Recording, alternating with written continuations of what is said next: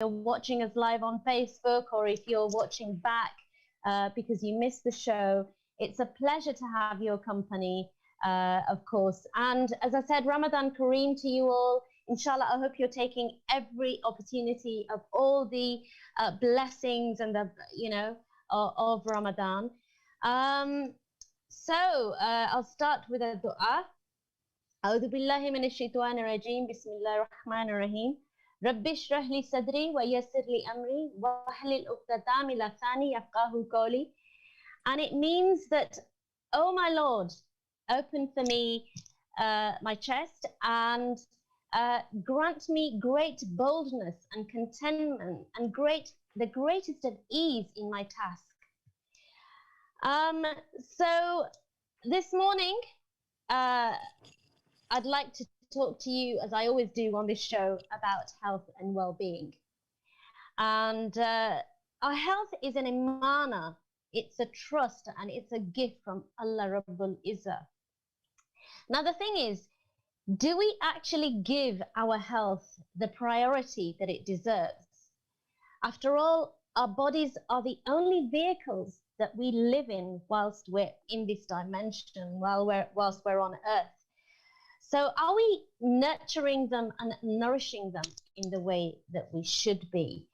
Now that, of course, is a very good question. And before I raise that question to my guest, I would like to, and I have mentioned this quote before actually on this show. The quote is that let thy food be thy medicine and thy medicine be thy food. Now, a lot of us, we may have a lot of habits that maybe are not good for our body and don't nourish and nurture it in the way that we ought to be doing. However, I'm going to go to my first guest. So do please bear my question in mind, that do we take care of our bodies in the way that we ought to? Do we take care of our health? And do we give it the priority that we ought to be giving it? So bearing that question in mind, I'm going to go to my first guest. First of all, Assalamu alaikum rahmatullah, and a very warm welcome to Dr. Gehad to the Health and Wellbeing Show. Alaikum assalam. How are you, Farah? Alhamdulillah Rabbil Alameen. I am extremely well, exceptionally well. Very good. How are you? I am living the dream. Alhamdulillah. Alhamdulillah. It's Ramadan. It's always a happy days in Ramadan. Of course. May we all live the dream, inshallah. Inshallah. So, my first question to you, and although I know that we're all Muslims, well, a lot of the listeners will be Muslims, and the majority of them will be fasting. But I'd like to put this question to you. You're a stem cell specialist, Dr. Gehad. Yes. And the very first question that I'm going to put to you this morning is, why do we fast? What is the purpose of fasting? Yeah, well, that's a very good question, actually, Farah, because people sometimes they don't get what the hell about fasting and this and that. First of all, fasting is something like a test of obedience to the Muslims. You could say it's the same thing like why we're not allowed to eat pork while everybody's eating pork. It's a test of obedience. The same thing why God told Adam not to eat from that tree. Do you think God will bother by Adam is getting one of the fruit from the tree, or you fasting or eating? It's not about that. It's about the test of obedience to the Muslim, to distinguish us from others. This is the best way. In my belief, I think it is. I know it is one of the pillars in Islam. That's fine. But the thing which I thought when I thought about it, it tests our obedience. How you're getting at 4 or 5 o'clock, very hungry, very thirsty, and you have the fridge. All what it takes is just to open the door of the fridge, and it's a heaven inside the fridge for the people who fast. Of Yet, course. yet you control yourself. No, I'm not gonna do this because I'm fasting, this and that. The fasting in its entirety, it's not about, as well, it's not about food or drink abstinence. The fasting is a comprehensive spiritual exercise for 1 month, because you're not only abstaining from food or drink, you're also abstaining from committing bad stuff, bad deeds during the month of Ramadan. Yes. It's a good reminder, because we keep forgetting. Humans have a very small memory like birds, and we keep forgetting the thing. So once a year, you get reminded with why are you here on earth? What's your purpose of life? What's your goal? And so on. Ramadan is actually coming in to refresh that every year to us. Of course.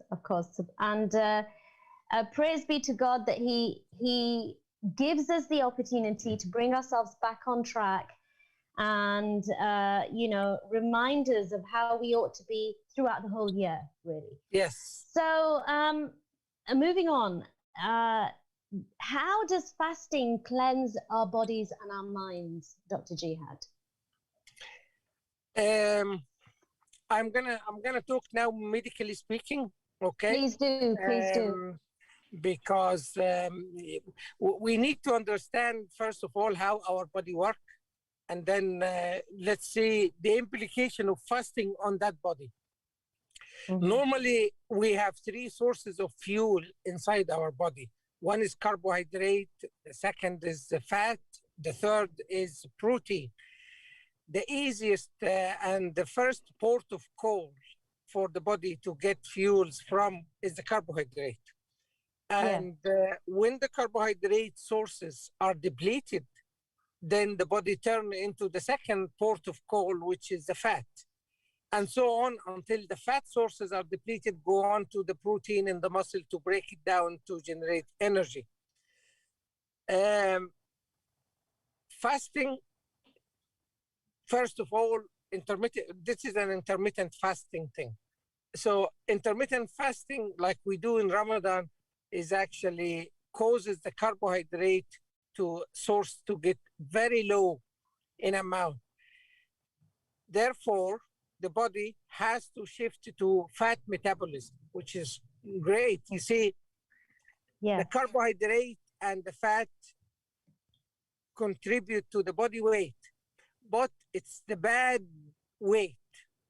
There's a bad weight and good weight. The bad weight is the carbohydrate and fat, while the good weight is the protein and the muscle and the bone and all of that. So by getting rid bits and pieces of those bad weights, burning all the carbohydrate, burning some of the fat on a daily basis, you will get to a new type of metabolism, which is quite acceptable by the body, gives the body a break from burning carbohydrate, eating and enzymes and this and that. You have to remember that the stomach and the guts are the major source of illness to the human being. So by abstaining for food and drink for 16 hours maybe, or more or less, it actually gives the stomach and the guts a break to reorganize itself and get the body to use other metabolism other than the carbohydrate, which is fat in this case. So it is quite cleansing to the body, as well as a lot of toxins will be get rid of during the fast as well in Ramadan. So in overall, fasting is quite beneficial to the body in its entirety. Yes. There's a lot of goodness coming out of the fasting, to the body, though. That's regarding how the effect of fasting. But I would like to mention I'm sure you're gonna some cases where is fasting, is it harmful to them or beneficial to them, like people who has diabetes, for example, or has some chronic illness here and there. I think it's better we can talk about this as well, just to give the listener who's supposed to fast and who's supposed not to. Yeah. So diabetic patients, as you know, first of all, as you know, Farah, let me mention this. We have the instruction to fast from Allah, okay? Yes, we do. And you will be rewarded for that. Ramadan reward is a huge reward, because Ramadan, the angels, when they write the good deeds that you do, they have a value, how many deeds, how many hasana, or how many good deeds it's gonna reward to you by doing something good. Except fasting. Absolutely. Except fasting. Fasting is overwhelming for the angel. They don't know how much they're gonna reward you for. And that's why God said, oh, leave that to me. I will reward the Muslim for fasting myself, because he knows how much it is, how much it's worth to fast. Yeah. So we have the instruction to fast, okay? As well as we have the instruction, if you're sick or traveling or you are going through circumstances that you cannot fast, do not fast. Yeah. So we have both. Absolutely. We have both. Absolutely. And believe it or not, you see how Allah is the most generous. Indeed. He rewards you with the fasting exactly like not fasting. Because you are following his instruction. That if you are ill, that if and when you are ill, that you don't have to fast, but you keep the intention, you make the intention to make up for that fast afterwards. Yes, absolutely. If you're able to. Yeah. Exactly. Yeah. So when you're able to. So I know if I can just say, that is actually extremely liberating, because it's highly enlightening from the point of view that a lot of people actually punish themselves and are really hard on themselves. No matter how ill they are, they will force themselves to fast, and really they must follow Allah's guidance and his instructions. Yeah, and sometimes some of our parents, that generation, they feel really guilty by not able to fast. Yeah, it's not about that. Exactly. They shouldn't. They should actually know that they are doing a good deeds by not fasting as well, because to protect their health. Exactly. Islam is not the religion that should destroy your health and your well-being. Islam is the religion to look after the Muslim body and soul. Absolutely, Dr. Gehad, I totally agree with you. And the thing is that we as Muslims, even though we're forbidden to eat pork, we are actually instructed that we have to preserve. Self-preservation is very, very important. We have to do everything to take care of our lives, to take care of our health, and to preserve our lives. And if our life is in threat or in danger, and for example, we are starving and there's nothing else that we can eat other than pork, then we must eat it. Necessity. Yes. Now, regarding the diabetic people, as you know, diabetes primarily is a disease in the pancreas, where the pancreas used to secrete insulin. So whenever you eat carbohydrate, the pancreas will release insulin to burn or take the glucose to take it inside the cells. And that's why it doesn't build up in the blood. When somebody is having diabetes, it means that the pancreas is failing to produce the insulin that is responsible for taking the glucose inside the cells to be used. And that's why the blood sugar or the glucose build up in the blood, and they get high blood sugar. Now, Yes. fasting for diabetics, especially the early diabetics, is very, very valuable because number one, less intake of carbohydrate. Okay. So they Yes. have, every one of us has fat source in his body. It depends. Some has more Yes. than others. So less carbohydrate intake, so the blood sugar will not go up as it used to. Yeah. Second, you're going to get the fat to be burnt, which is another bonus. Okay. Mhm. Having said that, having said that, the priority here is the safety, okay, of Yes. the Absolutely. individual. So the worst thing that we don't want it to happen is the patient to have a very low blood sugar and go into hypoglycemic coma.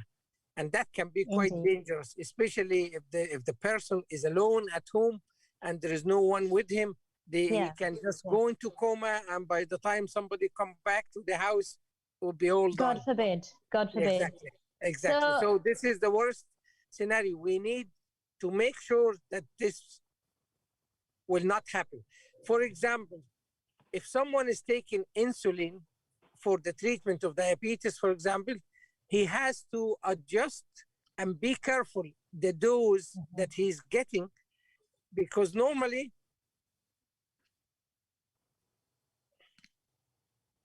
hello?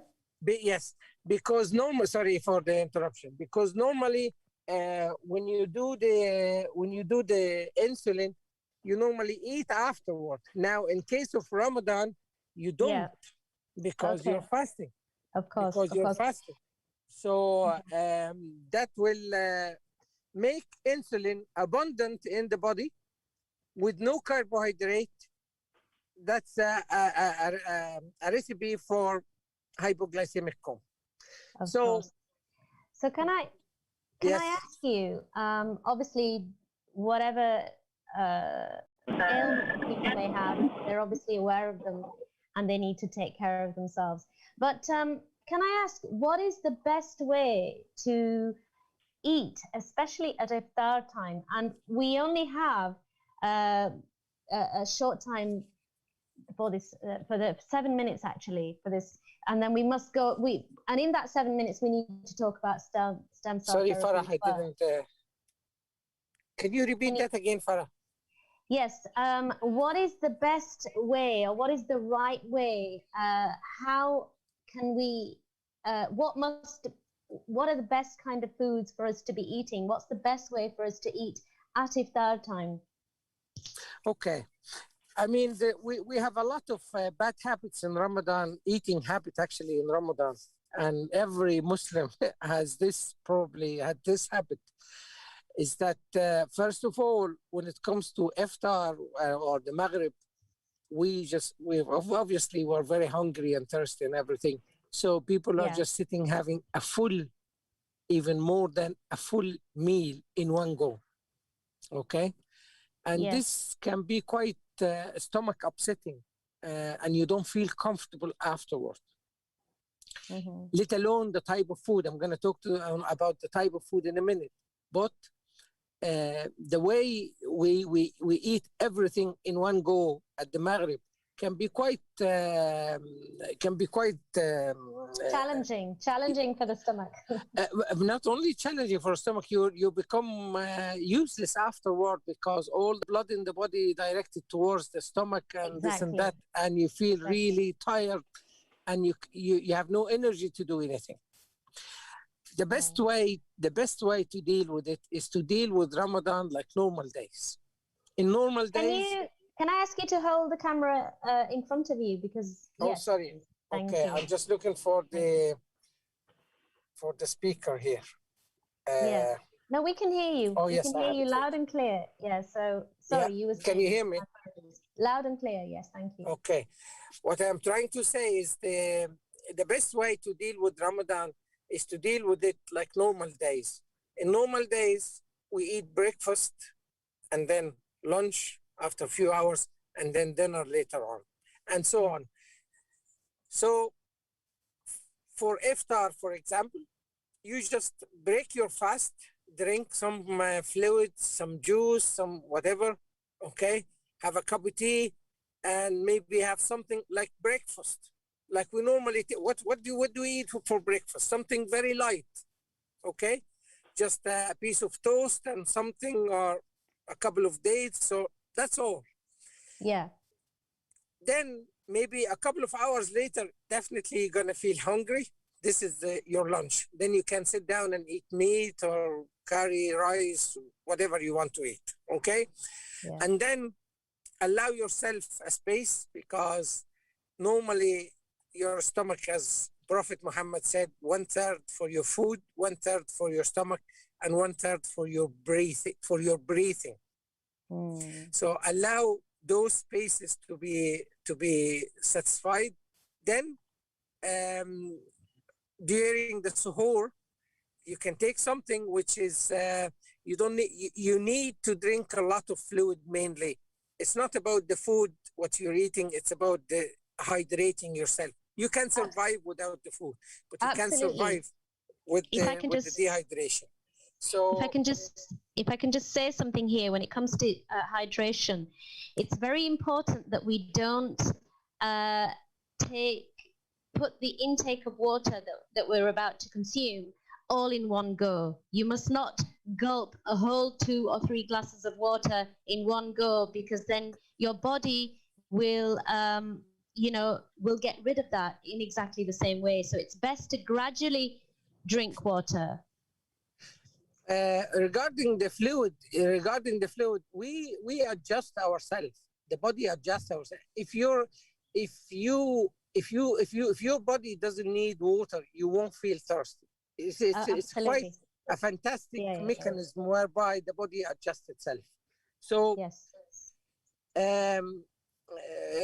But what I'm trying to say is, try to not to burden the body in one go with a lot of challenges like calories and this and that in one go, because that would be what a challenge it is to an organ like the pancreas to deal with the sweet and dessert and carbohydrate. It's it's really challenging. So try to be easy on the body in a way that you do break the fast, or take it easy. The food is still going to be there. Nobody's going to steal it. So it's not going to run off. It's not going to run away. So this is how you eat, how you distribute the time.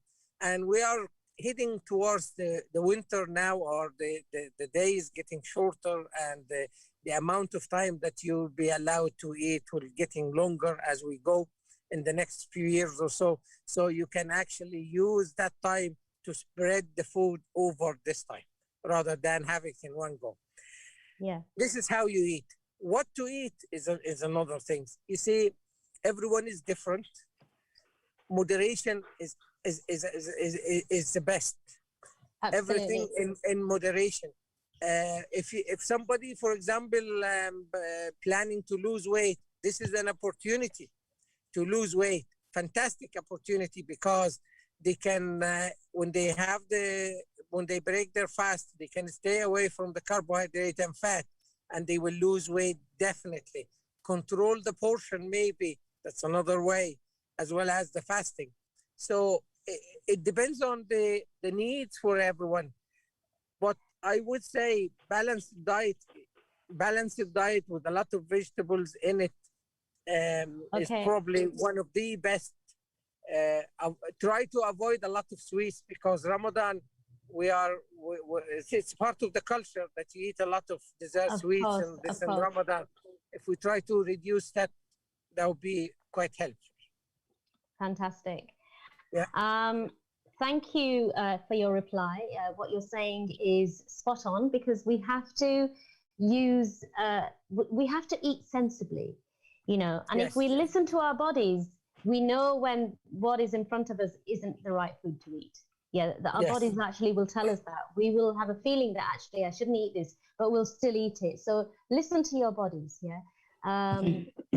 We're heading towards a break, I do believe. So thank you for your comprehensive answer. That's very good. Listen to your bodies, use your sense. Don't eat everything all in one go. Take your time. Take your time. I do want to continue, obviously. I want to ask you about the stem cell therapy, but we're going to be heading towards a break in a few moments. Jazakallah khair, because I know you've been talking to us from your car. Yeah. I will continue this. Yes. Yeah. So just give me a moment. Sorry, I'm just waiting to see when we're going on our break. Any moment now, we should be going on our break. And what we'll do is once we return from our break, then inshallah, we will continue speaking with Dr. Gehad, and we'll talk a little bit in detail about stem cell therapy. And I will see you on the other side of the break. Inshallah, stay tuned and keep it locked. Okay.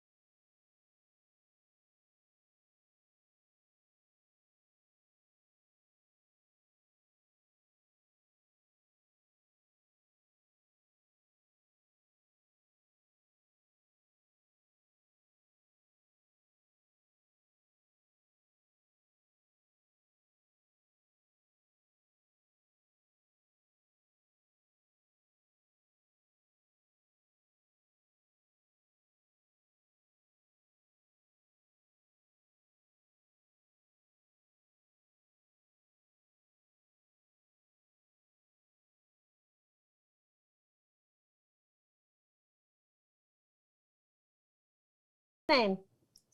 We are live. We are El live. Bastawisy. Okay, assalamu alaikum rahmatullahi wa barakatuhu.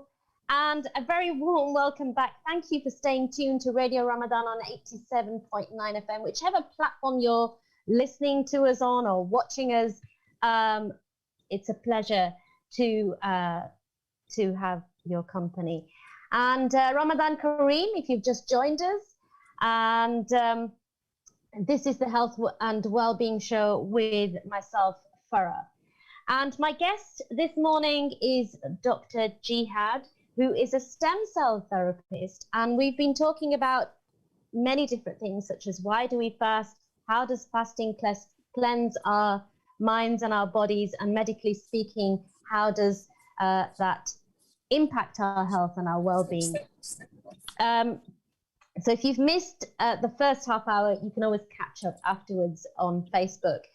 So I'd like to just very quickly say that we've been talking about how it's important to be sensible about what we eat. So what our intake is, you know, through our mouths. But equally important is the kind of thoughts that we allow to enter our minds, because of course our minds govern our bodies. And if we're focusing on thoughts which are not good, which are negative, that is going to affect us and our well-being. And it's going to affect our state of mind, obviously. So without further ado, Dr. Gehad, welcome back to the show. Thank you for giving us your time today. And I'd like to ask you, Dr. Gehad, yes. You're a stem cell therapist. Can you please tell us can you please explain what is stem cell therapy? For those people listening to stem cell therapy is part of a regenerative medicine. Regenerative medicine is a new branch of medicine evolved recently, whereby it depends on the body ability to heal and treat different conditions, and not relying on the pharmaceutical and the medicine like other conventional way of treating. So it is you know, the body, as we all know, is a fantastic machine, and it's built to actually to survive and maintain itself. So regenerative medicine is actually triggering that process of natural healing using the body ability, the inherent built-in ability to heal. Stem cells is one of the tools that the body is using towards that. So in another word, let me put it this way, most of the diseases, most of the chronic illnesses that we have nowadays, there is no cure for it. Even in the best country where they practice the best practice of medicine, we know very little about those diseases. There's hundreds of different diseases that we don't know why it's happened and what's the treatment for it. And all the medication that is being given to those patients is only to treat the symptoms or to just reduce the flare-ups or something like this. But does it actually cure? Absolutely no. So we know very little still, and because it's all a hidden, it is something hidden. Maybe God kept it for himself and didn't reveal it to us, how the body become diseased and how to cure it and all of that. Regenerative medicine and stem cells is one of the best tools to initiate and kick-start the process of healing naturally without the dependence on drugs and pharmaceutical. And it is very successful in a lot of cases because it is, as I said, evolving branch of medicine. It's coming along, and there's a lot of researches on the background as we speak, to cover certain disease and all of that, away from the pharmaceuticals and away from the drugs. Yes. Well, you see, this is what I love. I absolutely adore about stem cell therapy is the fact that it encourages the body's natural ability to heal itself. The body has this ability. Yes. The body, you know, when you injure yourself, if you fall, if you have a cut, if you have a burn, the body immediately gets to work on healing that. Does the job, yes. It infinitely has this divine intelligence built into it, which naturally does that. Yes. And the fact that stem cell therapy is kind of tuning into that, into the body's natural ability to heal, and allowing that to do its job at its very, very best and at its most effective. Exactly. You know? So this is what I love about stem cell therapy, that it's actually using the body's ability to heal itself. Yeah. You see, recently, you see, every medical condition that we have, you just take medicine for it. Okay? And if that medicine didn't work, you increase the dose or add another medicine to it, or you change it into another medicine if this didn't work, and so on. And for the side effects, they will give you another medicine to counteract the side effects. So you will end up having 4 or 5, 6 different tablets a day for something. Even the surgical procedure nowadays,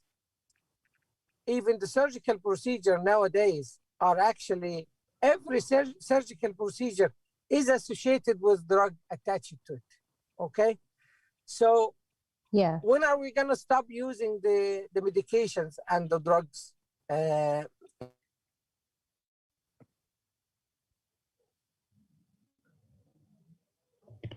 We seem to have lost sound temporarily. Dr. Gehad, I don't know if you can hear me, but we can't hear you. Can you hear me now? Now we can, yes, sorry. Yeah. So can you finish that sentence again? What I'm saying is... I appreciate what you're saying, that we are conditioned to using pharmaceutical drugs, when we're ill. It's something that we've always done, and it's something that people are accustomed to doing. Yes. So sorry, carry on. So even the surgical procedures themselves, where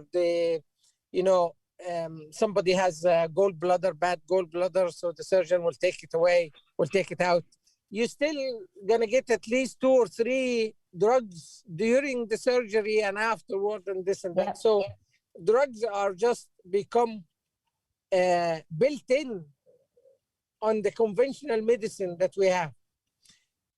I just have to remind you again that Chinese medicine, traditional Chinese medicine, is so successful, and they never use drugs, okay? Until even nowadays, still traditional Chinese medicine, you have the conventional medicine and you have the traditional medicine, and it still works. The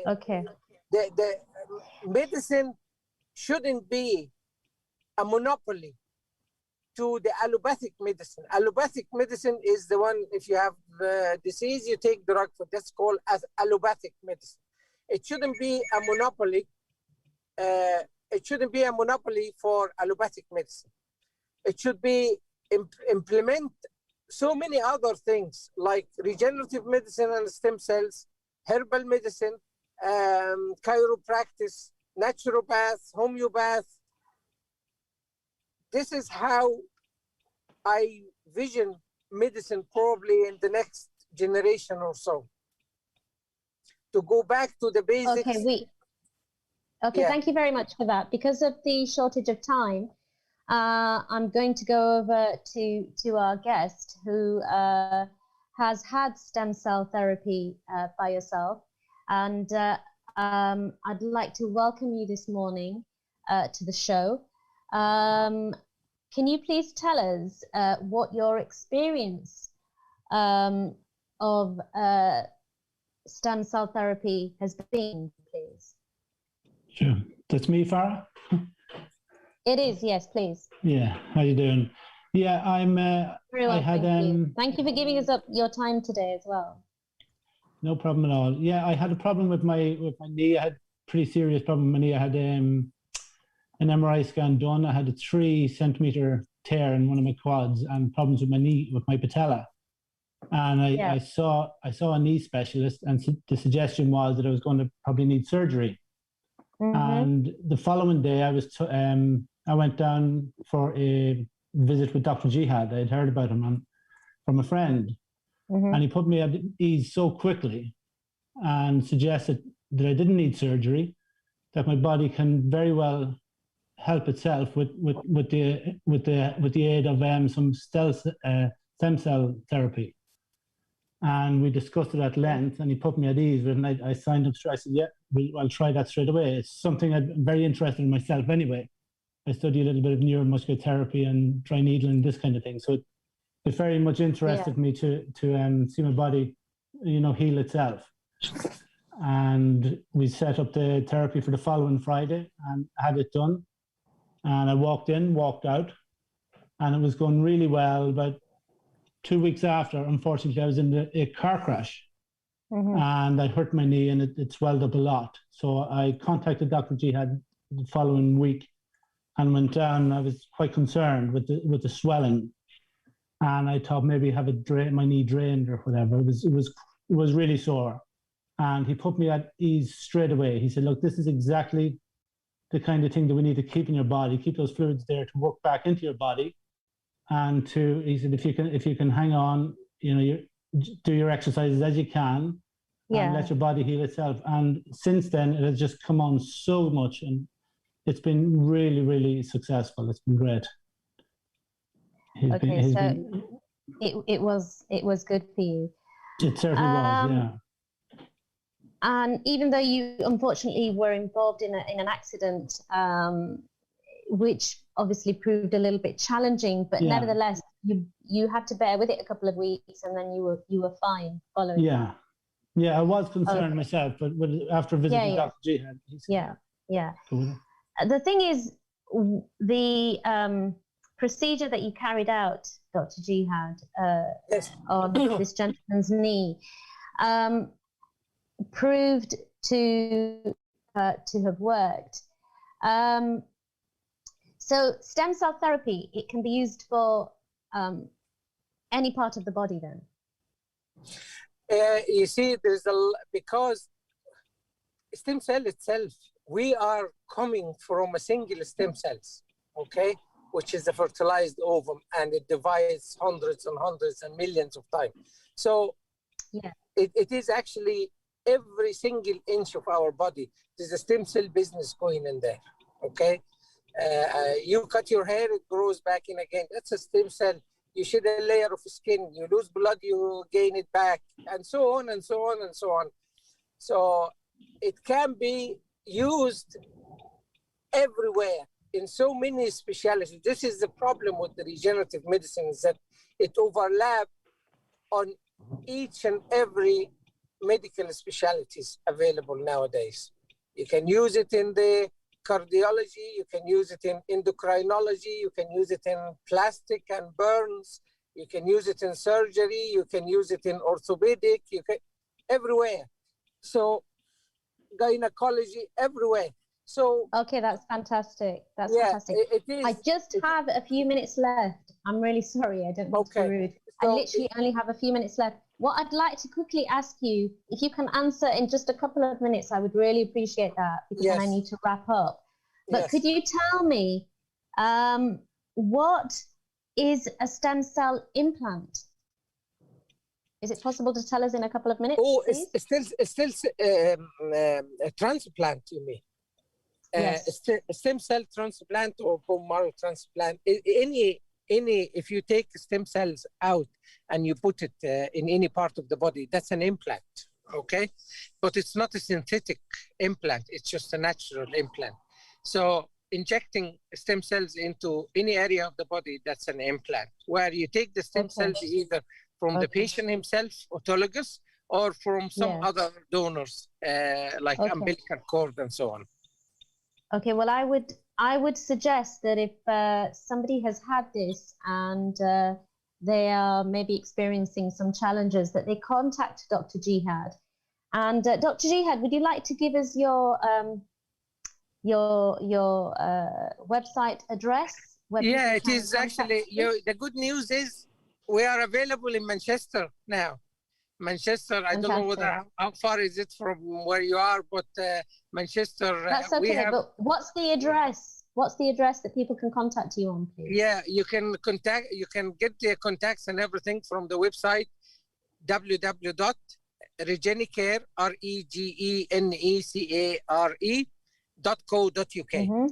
And all the information's available in there. It's available in Manchester, and it is probably the first clinic in the country that actually has joined two consultants. You get consultation with two consultants at the same time with different specialties. One is pain management and one is orthopedic. So fantastic. In the same session. So we did have a question, but unfortunately, because of lack of time, I really apologize. Okay. I can't go into the question, which is why I'm suggesting that people contact you at www.regenecare.com, is it? .ie or .co.uk. .ie, okay. So to wrap up then, folks, Jazakallah khair. Thank you so much to our guest with his testimony, and thank you so much, Dr. Gehad. Obviously, for those of you listening, you will realize that when we take care, and we know this really, when we take good care of ourselves and our health, when we nurture and nourish our bodies in the way that we ought to by eating good, wholesome food, and that also involves the kind of thoughts that you think as well, not just what you put into your mouth. Because that impacts your health too. So please do take care of yourselves, take care of each other. And remember, love and laughter are also the best medicine. And, it's very important to bear that in mind, so love yourselves and spread the love with each other as well. It's very, very important. It's a very easy thing to do, very, very easy thing to do. I'd like to thank you all with all my heart for listening and for watching us, whichever medium that you used to do that by, and whether you're watching us back. In the meantime, take care of yourselves. Inshallah, have a wonderful week. Remember us in your prayers.